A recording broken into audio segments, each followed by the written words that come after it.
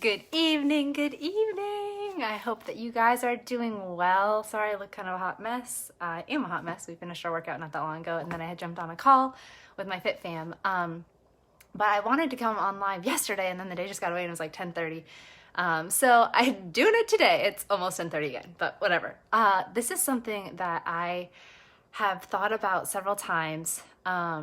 And it's really challenged me in a good way. And then I started this new devotion book study. I don't know what to call it. It's called Eat, Pray, Hustle. And it's all about chasing after the dreams that God has placed inside of you.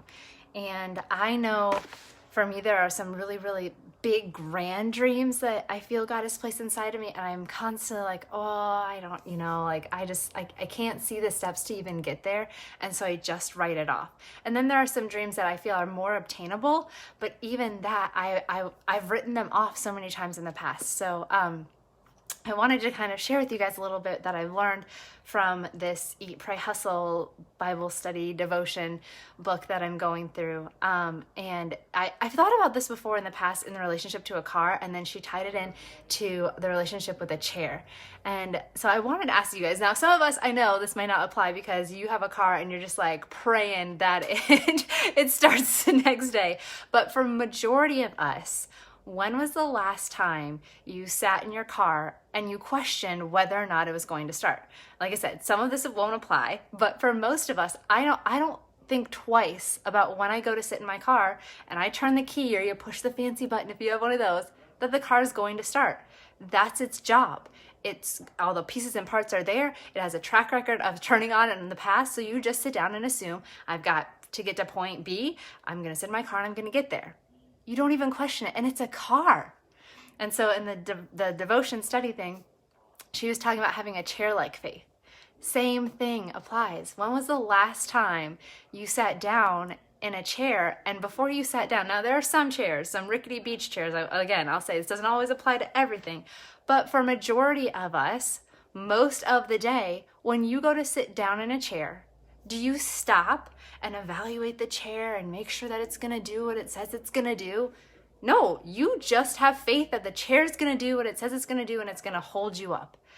And the challenge to me is that how can I so easily have faith in a car or a chair and question that God's going to show up in my life? He created everything. His track record is far greater than any chair, than any car that's going to come across your path. And yet I question when he says he's going to show up and do things in my life, do things with me and through me, I question that. And so she was talking about that so often when we have a dream placed inside of us, that it originated from God. And most of the time we write it off really quick because we're like, oh, I couldn't get there. Yes, you are right. You cannot get there on your own willpower, on your own strength, on your own giftings. You have to lean into him. So often God places those big dreams or even just small dreams inside of us because he wants us to lean into him more. He wants to draw us closer to him. So just yet another way that he is always pursuing you, always pursuing me, is with dreams. You know those little dreams that you're like washing the dishes and you kind of have this like little daydream like, oh, wouldn't this be cool if this, this happened? Or maybe it's those big dreams that you like, it makes you feel like you want to vomit if you said it out loud to someone else. Like, I think it would be really cool if I did this. And I'm not talking about like, oh, if I was a millionaire and had this big house and a jet, like, of course, wouldn't we all like to live a cush life like that? Yes. But I'm talking about those dreams that, if they were accomplished, that they would serve such a greater purpose than just you earning $1 million or having the big house. And so I want to just quickly read a little bit from the devotion book study. I don't know what to call this thing for you guys. And it talks about God will always pull on our abilities, which he gave us, and sprinkle it with out of this world moments. He loves to put his super in our natural. It says when God shows us a dream, it's meant to inspire faith in us, getting us to reach higher, run faster, last longer, and dream bigger than we've ever dreamt before. And then she ties that into the scripture from Hebrews chapter 1, where it says, Now, faith is confidence in what we hope for and assurance about what we do not see. And then she also did it in the Amplified Version where she says, faith comprehends as fact what cannot be experienced by the physical senses. So quick, we're ready to just write off those dreams. But I want to encourage you tonight, just as I'm being encouraged and challenged by this study, that those dreams were placed in you for a reason. Those dreams were placed in you to draw you closer to God, to love and serve those around you that much better. So I want you tonight, when you're going to bed and when you wake up in the morning and when you're having those random little daydream thoughts as you're busy doing the mundane things, don't just write them off.